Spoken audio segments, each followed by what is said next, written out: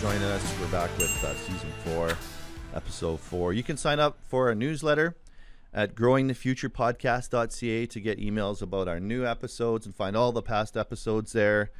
Make sure to give us a follow on social media platforms and also our YouTube channel. The Aberhart family of companies is online. Check out aberhartfarms.com to learn more about our farm on the Saskatchewan-Manitoba border.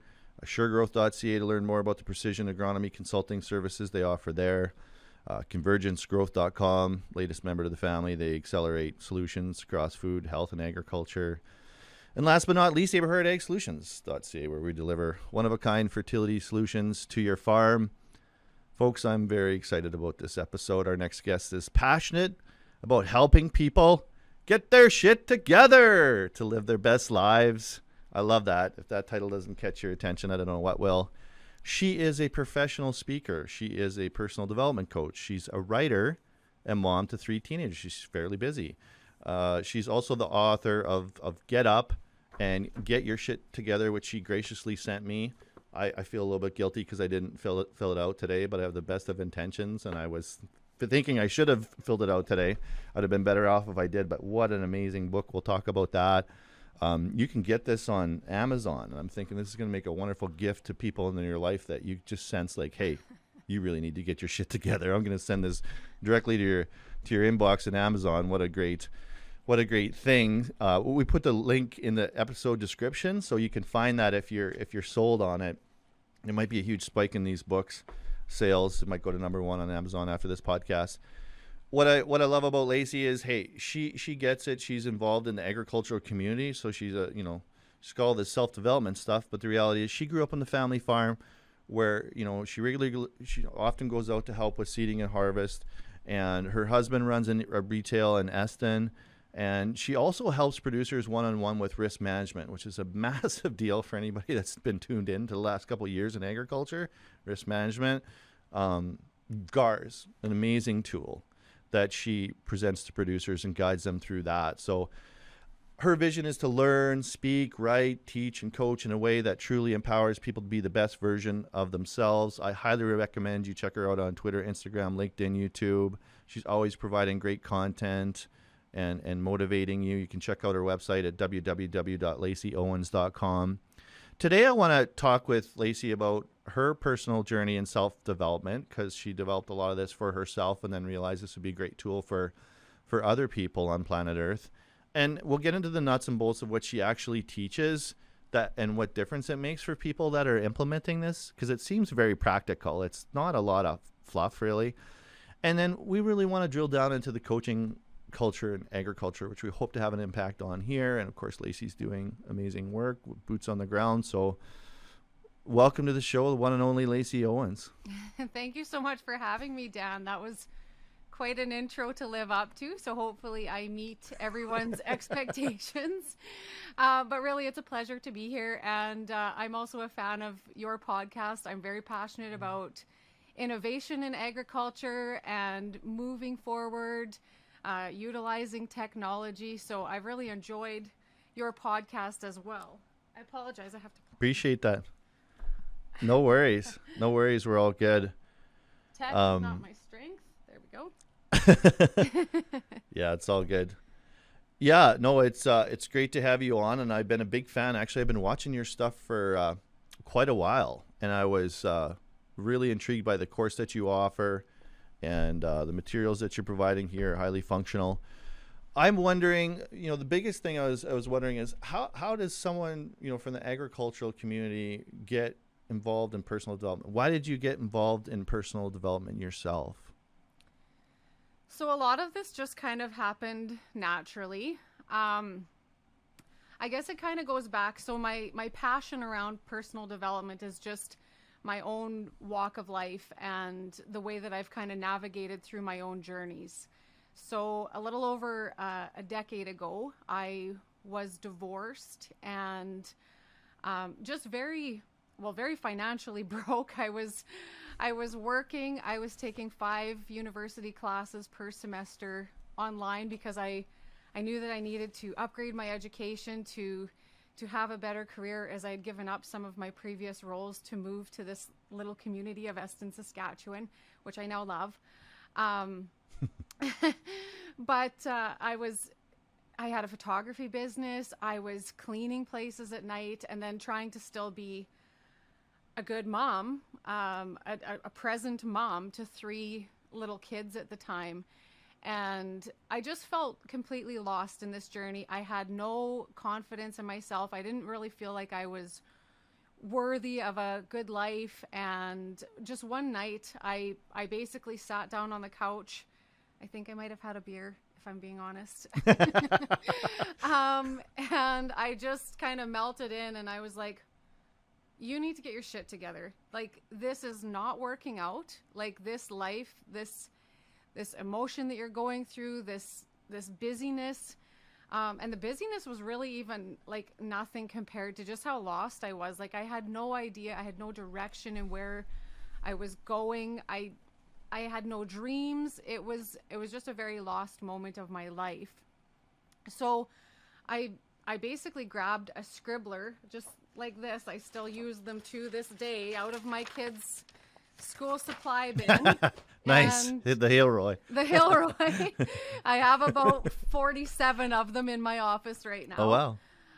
Cool. And I just started writing and writing and writing about the journey that I wanted to be on and what it was going to take to get on that journey and what I needed to do personally. I really needed to let go of blaming other people for my circumstances. Not that I didn't have accountability for my circumstances, but I just thought that I was like, you know, it was kind of woe is me a little bit. And I just knew that that wasn't working out for me. So I kind of needed to take the bull by the horns. I knew that I needed to be as healthy as possible, because that was busy. Like, to be getting through that much work in a day and still wanting to be able to be active with my children. So I did a lot of studying on just keeping up your energy, the production of serotonin, which is a happy chemical in your brain. I can talk about that later if you want. And just nutrition, exercise, that whole thing. Like, I knew that I needed to be healthy to get through this journey. I needed to take some time to figure out who the heck I was. Like, I had no idea where I even wanted to go. Like, you know that movie, I always compare it to that movie Runaway Bride with Pretty Woman, where she like gets to the altar and then she runs away. And the reason for that is that she's just been playing a character all the time in these relationships that she was in, and never ever took the time to actually understand who she really was and what she really liked. I remember she didn't know what kind of eggs she liked, because she would just always like what her partner liked. And that's kind of how I felt in this moment. I felt like I had been kind of playing this character for a long time, trying to be perfect, look perfect.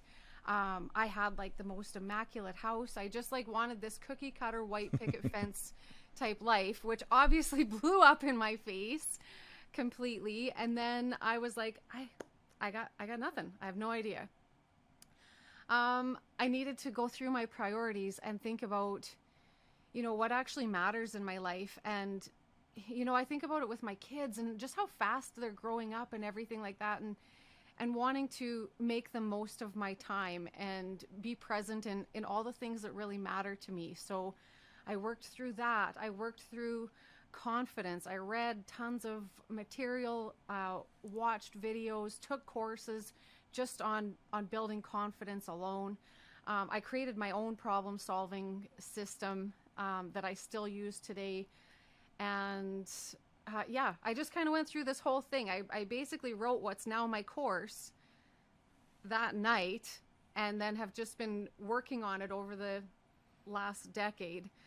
I got into speaking. My husband and I don't know if you guys are familiar with the Connect conferences that we held in Saskatoon.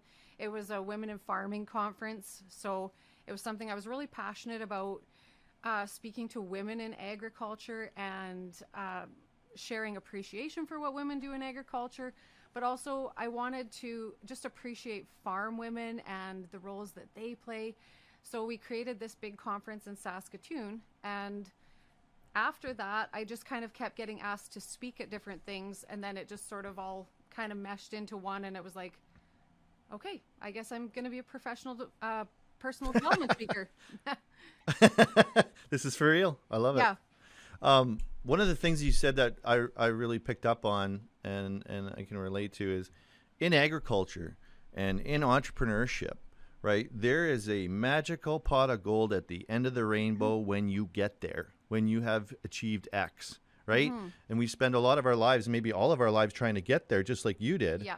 How scary is it when you have achieved those things and yet, wait a minute, I'm not completely happy and fulfilled like I was projecting I would be? And how scary is that for people in agriculture when there's so much value on what we do? Exactly. We're so attached to that.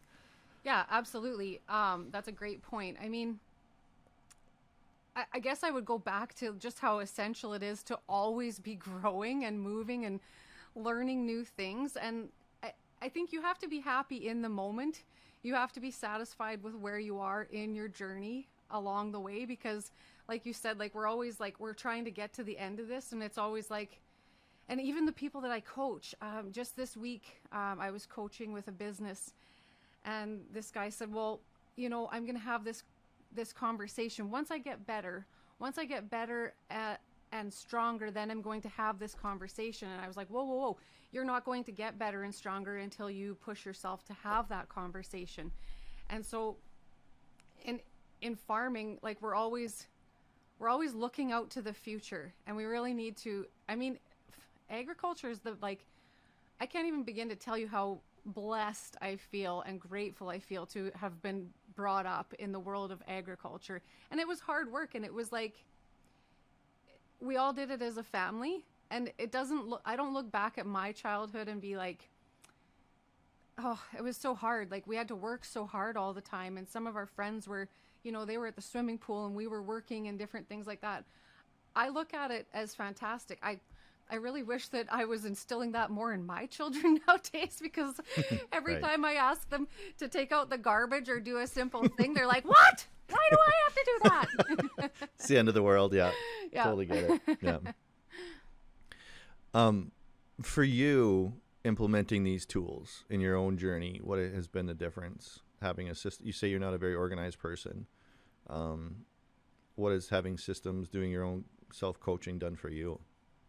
Okay, so systems are the biggest part of my course because, number one, I just found out recently, like I've always kind of known, but I just actually found out that I have ADHD, which totally makes sense in the entrepreneurial world because Yeah. we see Welcome to the squirrels club. all the time, and like Yeah. I have way more ideas than I could possibly do anything with, which is an advantage, and it's great because you're always working on new things, and it's a really good life.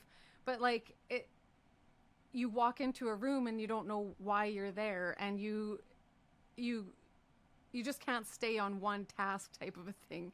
So systems are what I need. So like the book that you were talking about before, I created that for myself because I've seen how much my personal development makes a difference in my life. And I just thought, I just need something that I can work on daily, like that I can just kickstart my day with and kind of get all the things out of the way and get decisions out of the way. Do you ever get that down where you feel like you have decision fatigue in a day? It takes a massive amounts of energy. And what I find too is at the end of the week, at the end of the sprint, so to speak, you might not have the energy left to make a tiny decision that you shouldn't. Maybe it's $1,000 decision in a $6 million business, $10 million business, and you're like, I can't decide. I'm done. I can't decide this. Yeah. Like I don't have the energy to make a decision. Exactly. 100%.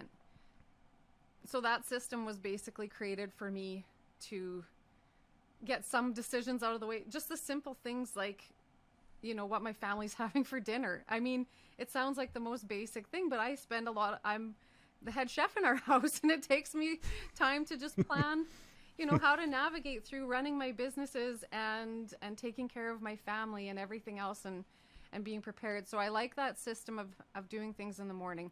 The other thing is, when it comes to personal development, I've read a lot of different books. I've watched documentaries. I've watched YouTube. I've taken courses.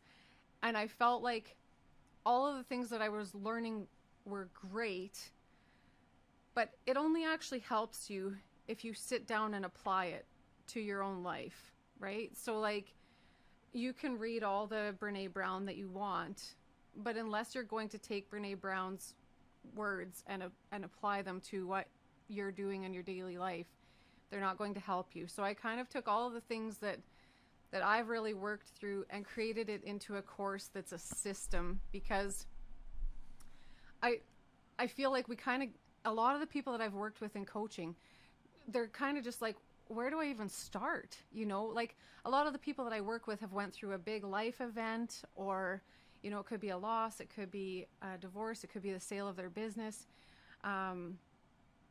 Like in farming, there's continuous pressures and things like that to work through. So a lot of times I'm working with people that are working through something difficult, but yet you can also use this on the other side of working towards productivity and reaching new goals, which I've also used this for as well. So the whole course is a system that I just always come back to. So I kind of got through that whole period of divorce and everything like that, and got into this really good place in my life.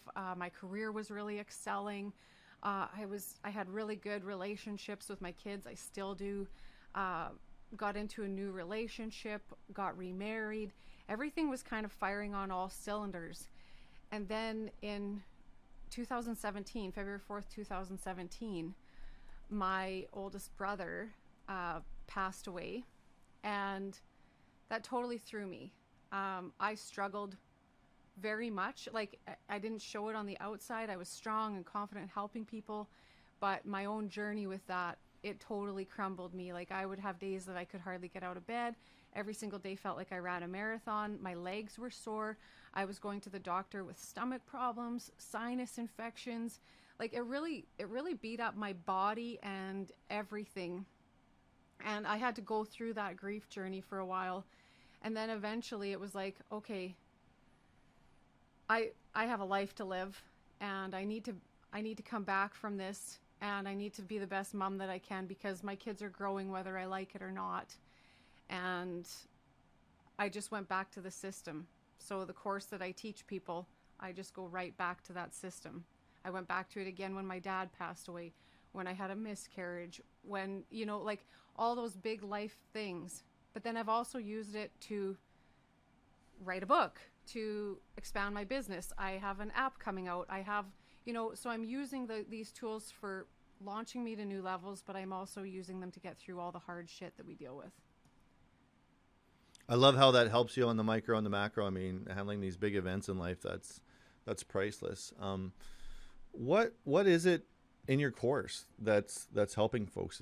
I think I was reading there's 22 lessons in the course, and a lot of your book relates to the content in the course. Walk me through what you're doing there. Okay, so first of all, the first thing we do is try to get energy right, get you feeling good, get you into a good routine. I mean, I struggle to tell farmers that they need to exercise and eat nutritiously and things like that. Right. But at the same time, so I was mentioning that my brother passed away. He was only 42 years old. Him and my other brother were partners on our farm and farmed with my dad and my grandpa. And when he passed away, my other brother went on a big health journey, a weight loss journey, lost like 70 pounds or something like that. I didn't even know he had that much to lose. You never know how much people have to lose until they've lost it. Right. But I remember him saying, like, in going through his crop planning process and everything, like, just being on top of everything. And he said, like, I honestly attribute this to just how good I feel. Like, he said, feeling better, taking better care of myself. He said, it sounds dumb, Lace, but I actually feel smarter. Like he said, I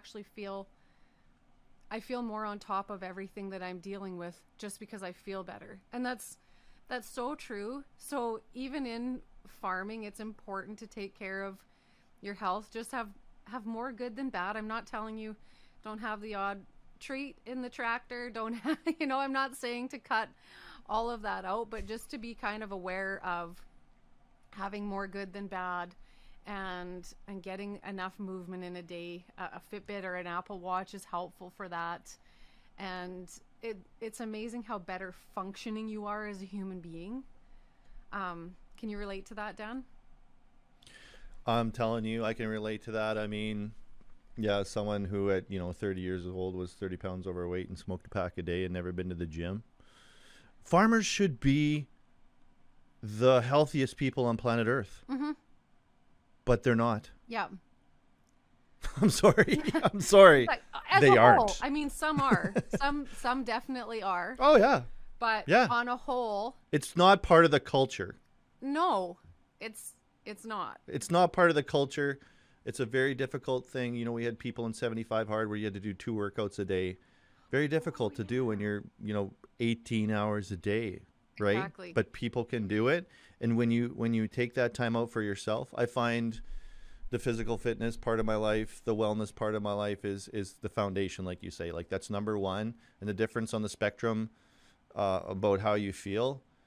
What kind of breaks my heart a little bit, and I guess, I'm just fortunate that I somehow fell into doing this myself. What kind of breaks my heart, though, is I don't think most people have truly experienced wellness. Mm-hmm. And you could say, well, I feel great. But you don't know where you're on the spectrum until you've done 2 workouts a day.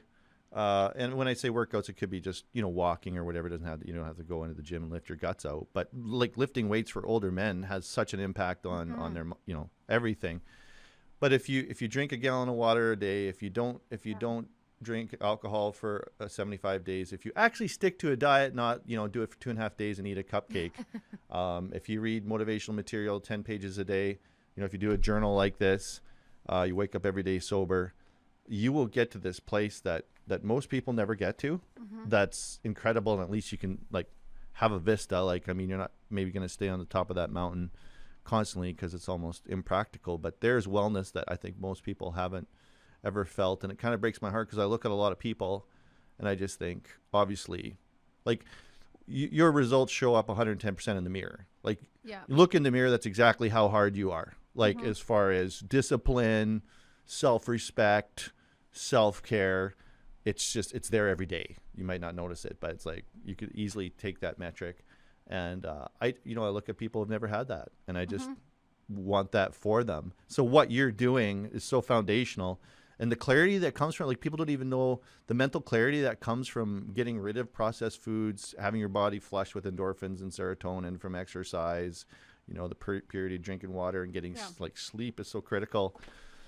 Man, I just want that for everybody. And that's part of why we, do the show and have this emphasis on taking care of yourself. Not to hijack your story here, but you asked me a question. No, I love it. No, that's absolutely perfect. I couldn't have answered that better myself. I think that one of the things that kind of gets me is working in the corporate culture and working with businesses like top CEOs, high performers in the world. This is a big part of their success, right? In just having better energy. Whereas farmers aren't always seeing themselves hello, you're running a multi-million-dollar business. This is huge. You go through more stress on the farm. You have to plant your crop in a small window. You have to manage your weeds in a small window. You have to manage disease in a small window. You have to get your crop off in a small window. There's pressure, and then you have so much uncertainty. Certainty is one of our basic human needs, and without it we get a little bit wild and crazy and stressed out. So just the importance of having our body working for us is the first step. And I know that some people will think well, like you said, I feel good, I don't need that. Warren Buffett, he drinks Coke every day and has McDonald's and he doesn't exercise. Right. But he's some sort of weird phenomenon. That's not normal. You can't take that one person and use that. In agriculture trials, you might, as a whole, you see the results out of using certain products, but there might be that one farm that didn't see the same result. You don't base your decision on that one farm. You base it on what's good for the whole, right? So, Well, we were talking about this in Strategic Coach yesterday, and I think it's really material because me and my brother have been in that program for 5 years. It was a massive step for him to have to leave and fly to Toronto in some of these key seasons, right? Like even from the perception of the staff and yep. the expense of it and the time. But the difference is, you know, Terry and I grew up where the metric of your care, not just your work ethic, but your excuse me, your entire character was based on how long could you plow and how straight could you plow? Like how black could you make, you know, how much soil for how long and how straight could you go? Like it was just a metric of work harder. Right. Well, you know what? My brother has 4 companies and he has 6 kids. And, you know, when we first got to Strategic Coach 5 years ago, the first thing they told us was, you got to mark off 150 free days on your calendar. A free day is no business activity, not even reading the Western Producer. Oh. And it was almost sacrilege. Like I was angry about the situation because most of us, like I had a startup at the time that was a year old. None of us had taken a day off. You know, you're always doing something. And if you're not, you feel like you should be grinding till you get your bank right. But, you know, as an entrepreneur, somebody who's managing like a 5, 10, 15, $20 million business, okay, you're not trading your time for money anymore. Yeah. Okay. You're not concerned about going from, you know, X amount of dollars per hour to some higher level. You're literally exchanging the value that you create in the world from your business, you know, for money. And they argue that getting really clear and fresh and unplugging is where your best ideas come from. Mm-hmm. You know, that's when you really have the insights to move ahead of your business and you're healthy. I mean, when everybody, we're all been there on the farm. When you get really tired, everybody else gets really stupid. Mm-hmm. Exactly. Right? And you're managing these people in this like essentially high action, hazard analysis type situation for like 20 hours a day for, 50 days straight. Yep.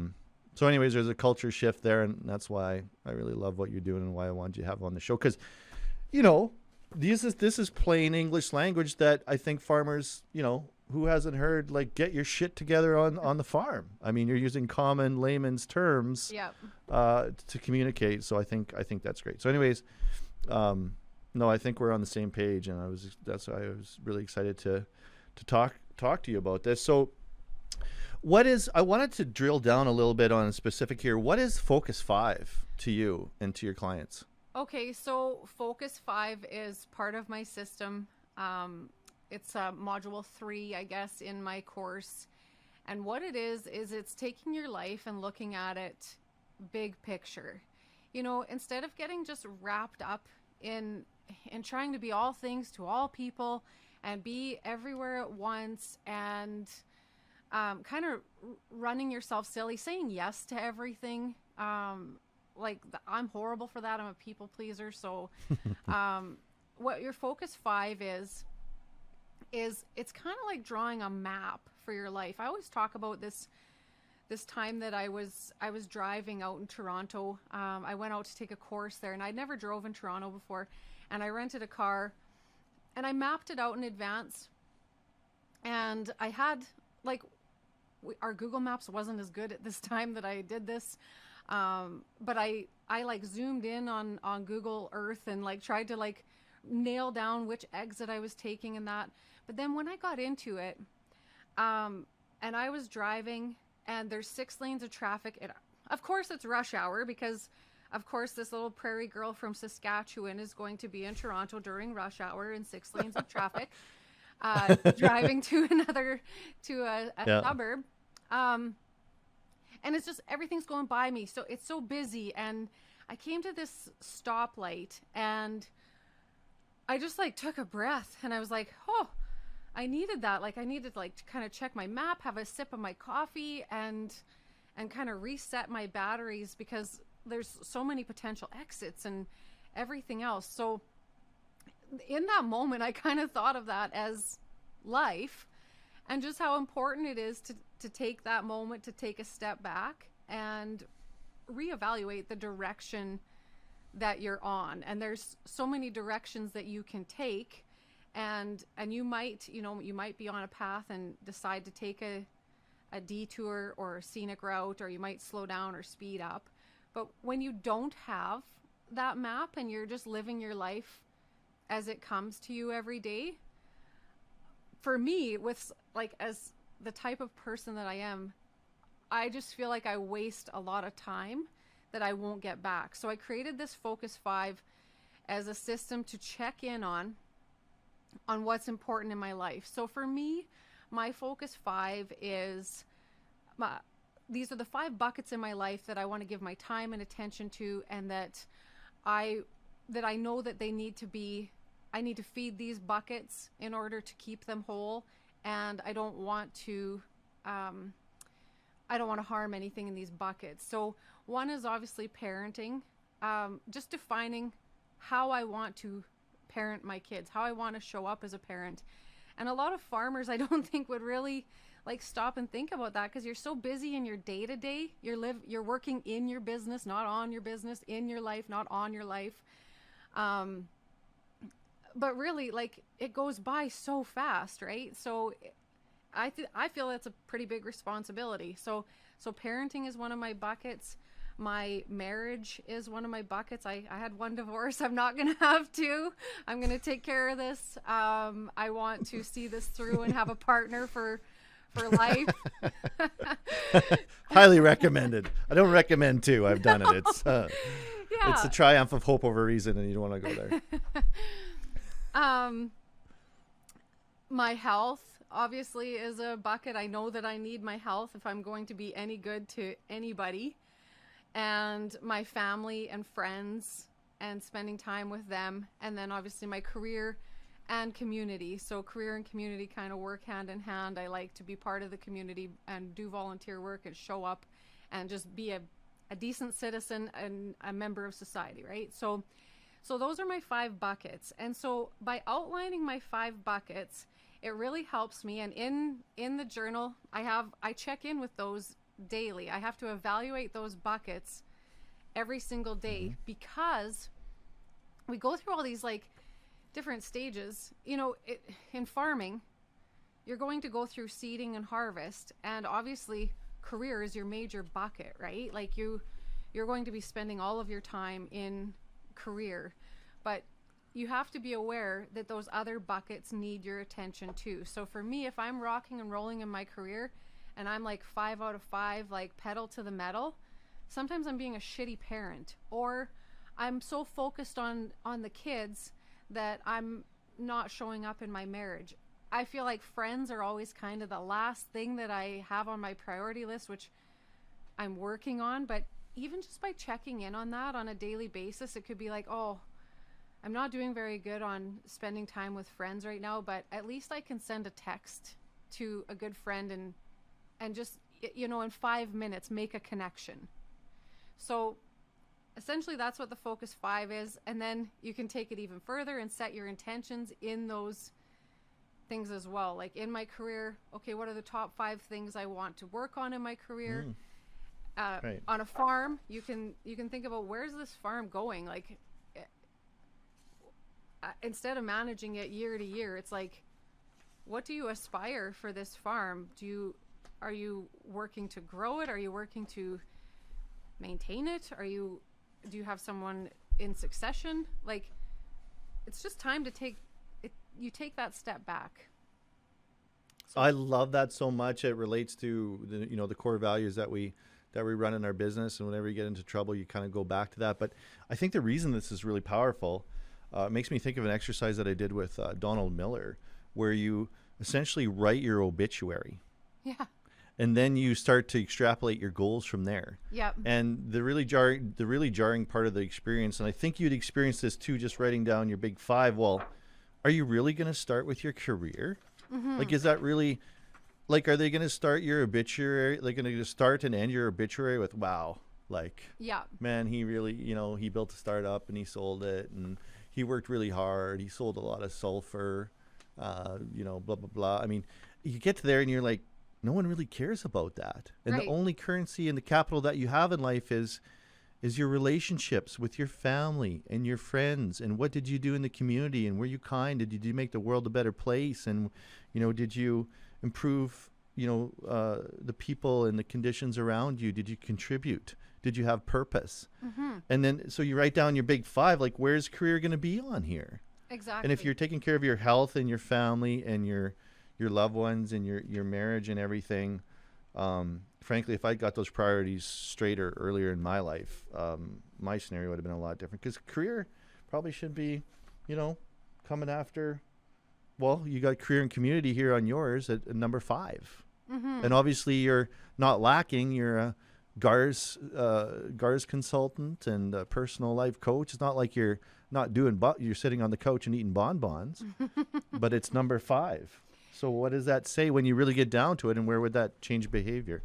And it's not really it's not really in a particular order either, because it kind of fluctuates. So if I were to relate this back to the farm, I would say during your busy seasons, you are going to be putting more energy into career, but in those times you can still be thinking of, how can I just have a little moment with my kids, or a moment with my spouse, or how can I still make this an important part?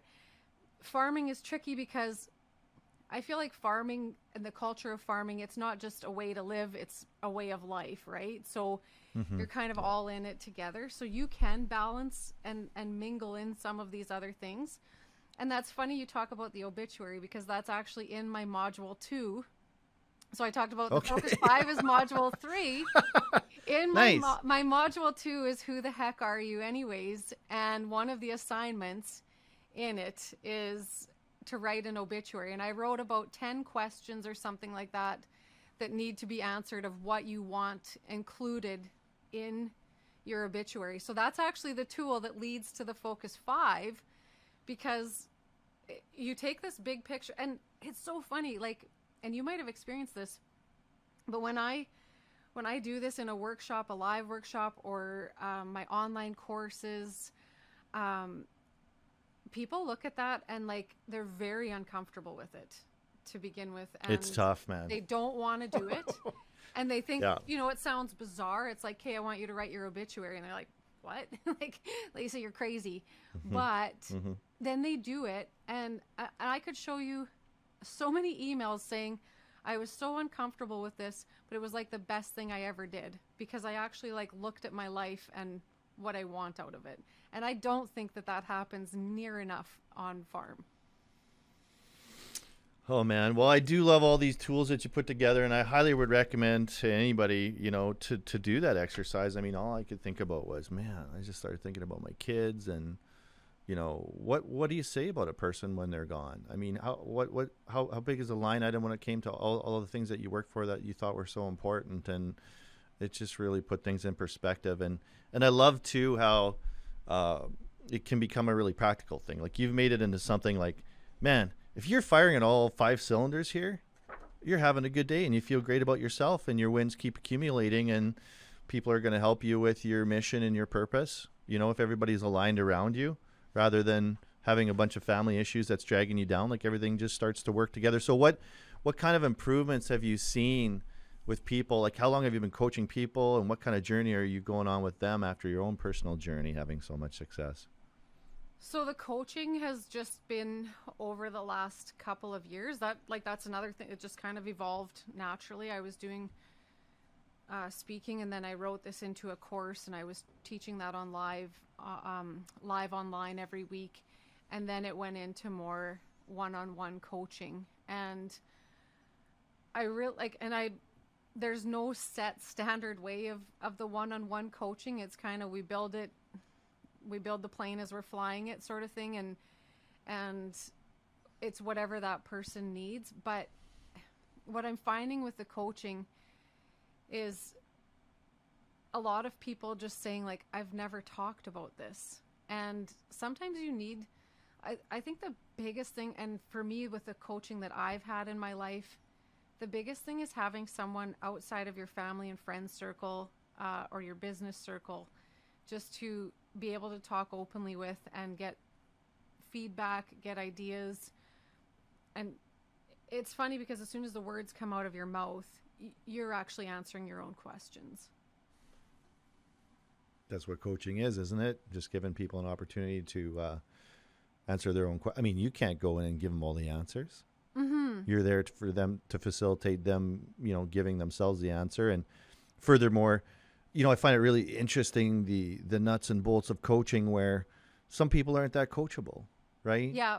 Um, you can't really help somebody, whether it's agronomy or budgeting or self-improvement, if that person isn't coachable. And there could be all kinds of reasons. Like, part of the reasons that I'm not that coachable, so I call it like self-improvement masturbation, where you're just reading, everything in my Kindle is like 33% read. And of course I get the big exciting takeaway at the beginning or whatever. But do you think I actually have the wherewithal to follow through? That's where the rubber hits the road with coaching. Yeah. You can help people come up with these answers, but you can also keep them accountable.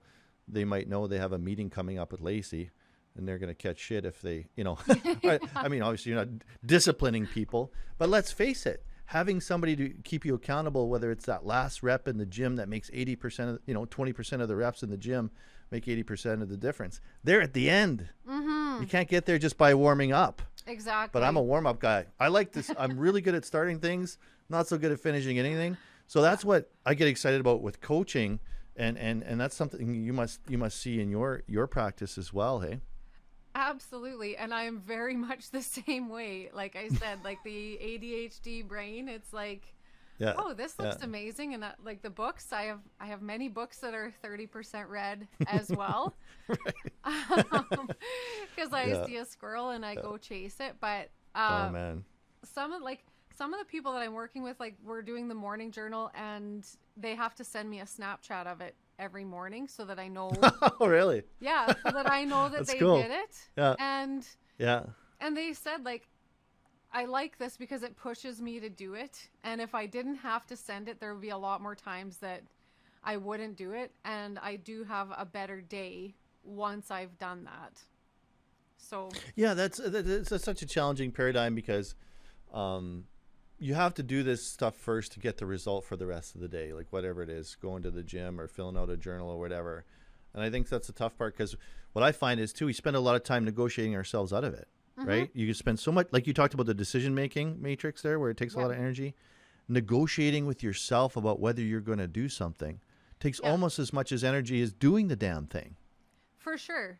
I know Mel Robbins talks about that a lot. Like, she's got that 5, 4, 3, 2, 1 rule, where the 5-second rule. The 5-second rule, like, to get out of bed, because she says, like, you have 5 seconds to make yourself do something, or you'll talk yourself out of it. Like, your brain will go into this place of, like, that's not comfortable, that's scary, I'm just going to feed you full of excuses not to do that.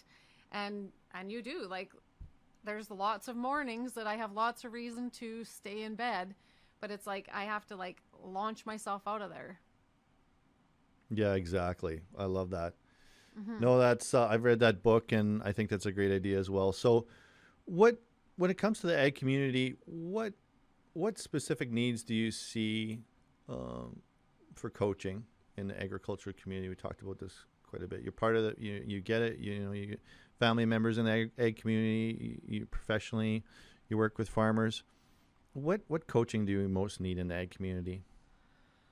Well, one thing that I think in the ag community that's a big one is, like, in my course, I have modules on stress management, problem solving, combating worry, adapting to change,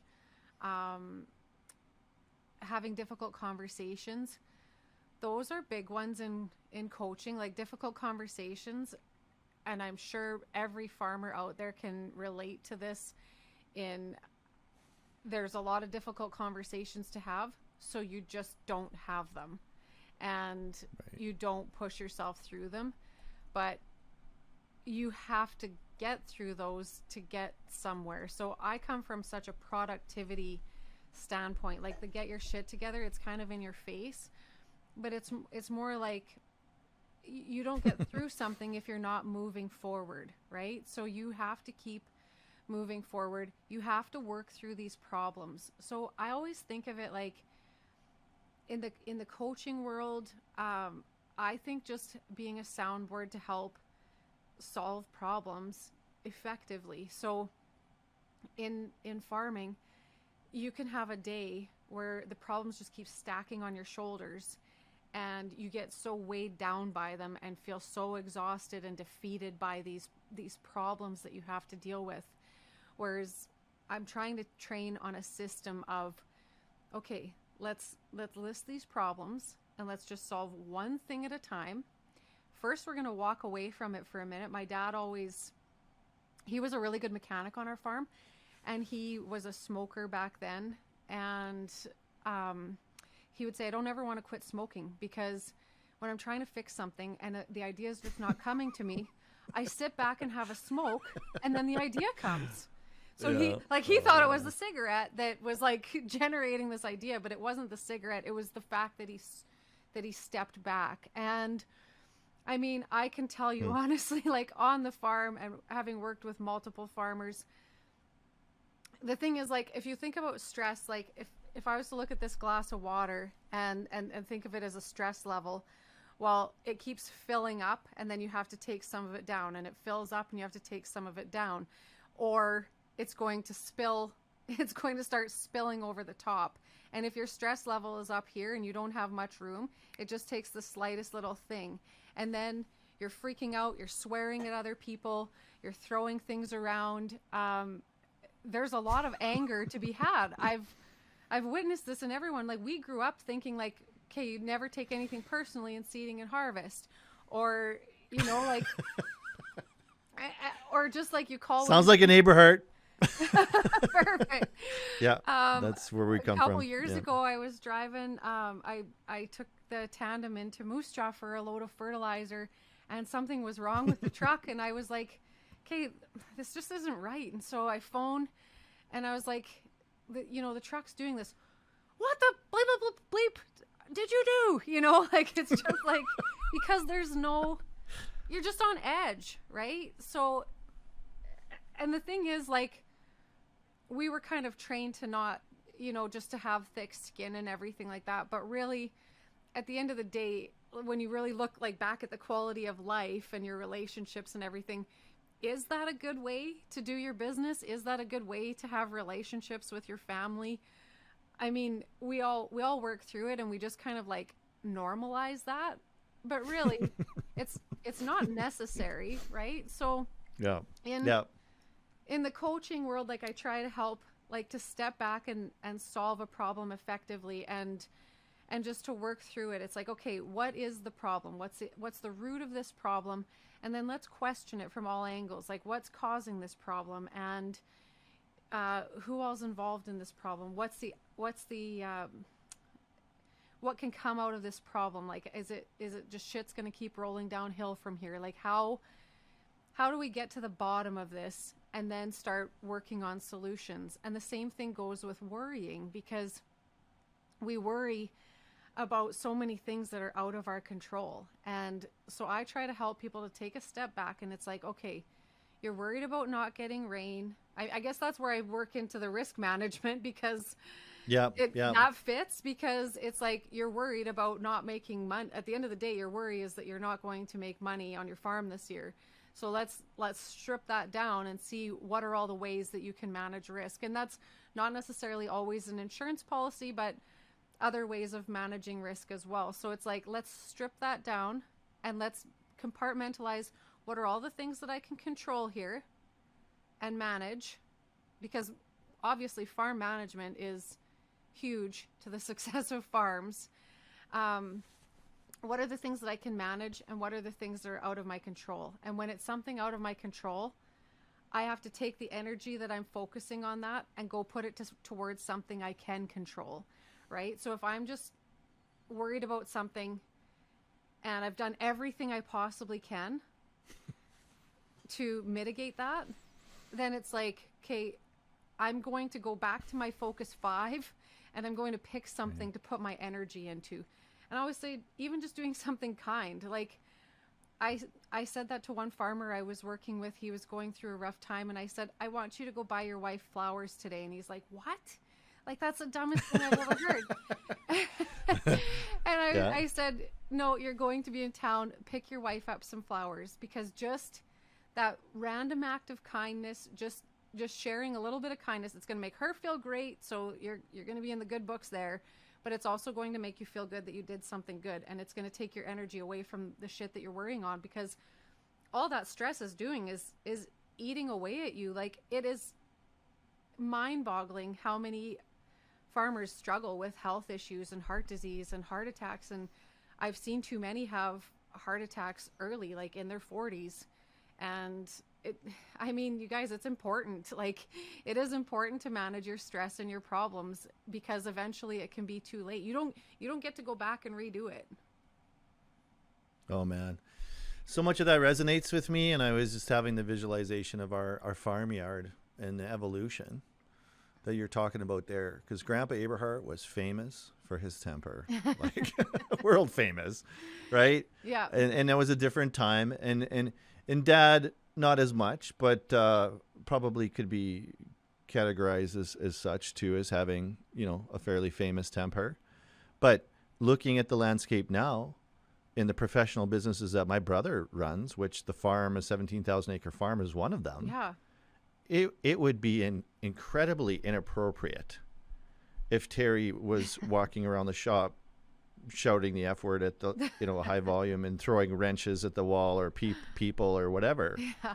And this is real world things that have, you know, this is, you know, but the amount of, so things have evolved, and now it's to the point where Terry has, you know, HR people helping him out, and he largely deals with one person on the farm, an integrator in the entrepreneurial operating system. He's the visionary. Donald's the integrator, and Donald is much better at dealing with, you know, human resources than him.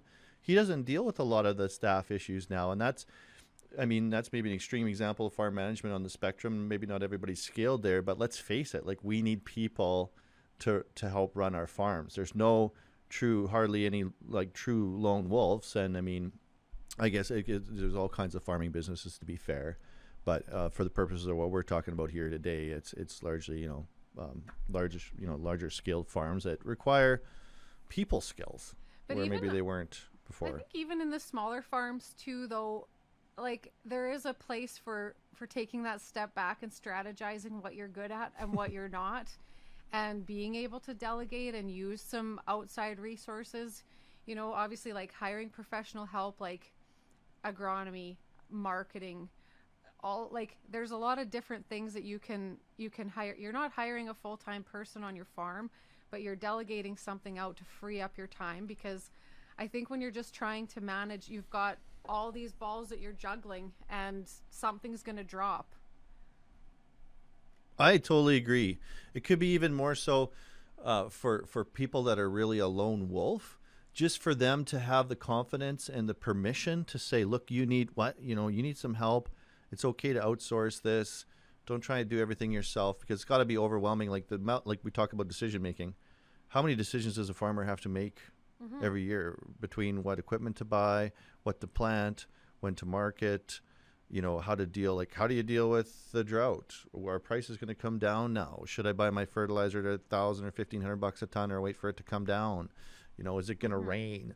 So it's just an incredible bombardment of decisions that, you know, for me, I got to the point where I don't want to make any decisions alone. Like, I thought the virtue of having a business was being all powerful, and you can tell people, you know, you're a boss and you can make all your own decisions, and that seemed really sexy. And then I got it and I made a bunch of shitty decisions by myself. I charged ahead. Well, I looked like a fool. I felt like a fool. I was a fool. And I made mistakes by myself. When you make mistakes in a consensus as a group, at least you can all look at each other and say, well, yeah, that was kind of didn't work out or whatever, and have a chuckle and go on with life. Making decisions on your own and avoid is incredibly tough. And I feel for, you know, agriculture is a really tough business, and we see it in the statistics. Like, you can probably tell me better, but I mean, run the statistics on middle-aged, you know, male farmers and the average rate of suicide relative to the rest of society. Right there, you know, what men are going through, not, you know, of course women too, but I think, you know, men, you know, the statistics are such that there's just a tremendous amount of depression and suicide and hardship, you know, with the pressure to run the business. And I mean, the difference of doing, like, if you just did this book every day for a year, cool. So with that, we should probably wrap this up, Lacey. I think we could talk a long time. This could be like a Joe Rogan podcast if we wanted, but try and keep it to like an hour or less. Sure, But I appreciate the opportunity too. I get really excited about this, so I was sharing some of my ideas, and I hope that's cool for the audience. But yeah, passionate about this subject. I love what you're doing. What would you say to a farmer that's listening and kind of wondering about getting started with coaching? I would just say don't be afraid to reach out. Like, I think that the biggest thing is like the comfort issue in looking at coaching and personal development. It sounds so hokey pokey, like it's just, to some degree there's just such a discomfort level. And what I would say is, you're running a multi-million-dollar business. You have more decisions to make in a year than any other manager, and just take that first step at looking at a program like this, or looking at somebody that can help you out, whether that's me or somebody else. But just don't be afraid to look into it. It doesn't actually make you, the thing is when you ask for help, you think that you are less of a person. And I'm sorry, but I find that more with men. I feel like women kind of can get through that kind of thing, but men really feel like they can't ask for help. There's such a pride issue there, and either pride or just, embarrassment, that it's like, oh, if I ask for help, that shows that I'm weak. But it's completely the opposite. It's actually, when you're asking for help, you're taking the bull by the horns, because you want to get better and you want to stay ahead of the game and you want to progress to the next level. You don't want to wait till it's too late. So just taking that first step and experimenting with it. Obviously, you're more than welcome to reach out to me. Dan mentioned my website, www.laceyowens.com, or follow me on social media and make a connection with me. And I'd be happy to look at helping you out as well. I have tons of different resources that can help in many different circumstances. That is a great message, Lacey, and I want to leave the audience with a story that I think will help reinforce that. And when we had Christian Herbert on the Strategic Farmer webinar that we did, we asked all the panelists where they see themselves in 3 years or 5 years. I think it was 3 years. Where do you see yourself in 3 years? How do you picture where you're at? And this is a big, successful farmer, incredible manager, very successful guy, something for everybody, as a farmer to look up to. And, he didn't talk about how many acres he's going to have, or what line of equipment he was going to have, or what new technology he was going to implement. Like, literally the question was directed towards, okay, what new things are you going to, or what are you looking forward to on the farm in 3 years? Like, and I thought it'd be like, automated robots or something. And he just talked about being able to spend more time with his kids at the rink. And we didn't grow up with that, Lacey. No. Not even remotely. No. No, not at all. So that is the difference that coaching has made for someone like Christian. And we should all aspire to that, because, we're going to raise better human beings. And that's probably the biggest thing we can do in our life that we're going to think about on our deathbed. Absolutely. And just enjoying your life more, right? Like, I actually I just watched a funeral on Facebook yesterday. That just sounds so weird, right? Right. But sign of the times. An uncle of mine had passed away, and when they went through the story of his life and his obituary, I was really thinking about like all of the things that they were saying about him and the person that he was. And it's like, we get so wrapped up in our day to day. And I guess I would close on this message too. Like, when I have this one picture of my grandpa and my 3 kids out at the field in front of the combines. And I look at that picture and I remember that day, and I remember like our whole family was there. And, I hadn't lost my grandpa, my dad, my brother. Everybody was there. And I look at that and I think, I would give anything I could to go back and have that day back. I would love to just relive that day. But then I think about it, like, did I know in that day, in that moment, that how special that was? Like, did I actually know that? Or was I just caught up and wrapped up in all the day-to-day stress? Was I worried about unimportant things? Was I just worrying about money? Was I worrying about business? And I get kind of lost and wrapped up in that sometimes, and thinking, like, what about today's moments, right? So it's like, rather than working in your life all the time and in your business, in your farm, you need to take a step back and work on it. And Christian is a great example. I know him quite well. He's a board member on for Global Ag Risk as well, and he's done a really good job at just prioritizing his family. His farm is there to feed his family. It's a way of life for them, but he's not lost in it. I think that's a really good example. 150 free days. We're all still working to get there. And it's swimming upstream in our programming. Like, it's like you're like a salmon trying to get up, like, oh, like, gotta book some holidays and unplug and actually not think about work. But Terry's been doing a lot of that recently, and I'm telling you, he's just like, it's just makes all the difference, because modern life is so overwhelming. I mean, and then you start throwing on everything, like with the news. You know, we're not even programmed for the world that we live in. But I'm such a believer, Lacey, in coaching, such a believer in what you're doing. I get really excited when I, see the stuff that you're doing, and I think it's making a difference. And this sort of evolution for mankind is inevitable. Coaching is the future. Let's face it. Goods and services are going to be produced with such ease with technology. There's such abundance. I mean, forget about it. It's going to be managing our relationships, our mental, like our inner lives, our health and everything. And we're going to have more time. We have more time and wealth in the history of humanity than ever to focus on those things. We don't have to work ourselves down to a nub to be successful. We have to take care of ourselves so we can have the energy and the resources and the well-being and the awareness to really give back on a level that, man, you're not going to regret it when you get to your deathbed. You're going to think back, man, I had great relationships. I served my loved ones in my community. All these things you're making happen. So I'm really proud of you, and I appreciate the conversation so much. For me personally, it just really is very inspiring, and I really appreciate the conversation that we had here today, Lacey. Well, thanks, Dan. I appreciate it too. I think you and I could chat probably all day long.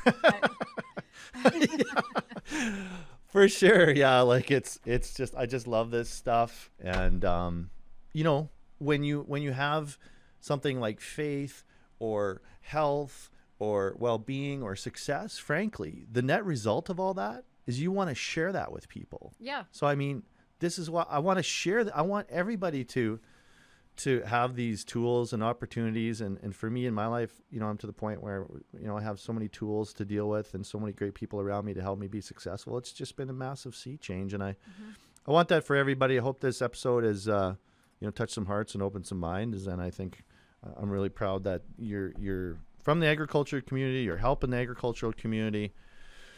And, the agricultural community can be better. That's really what excites me. So thank you, Lacey. Awesome. Thank Cheers. you so much, Dan. Appreciate it.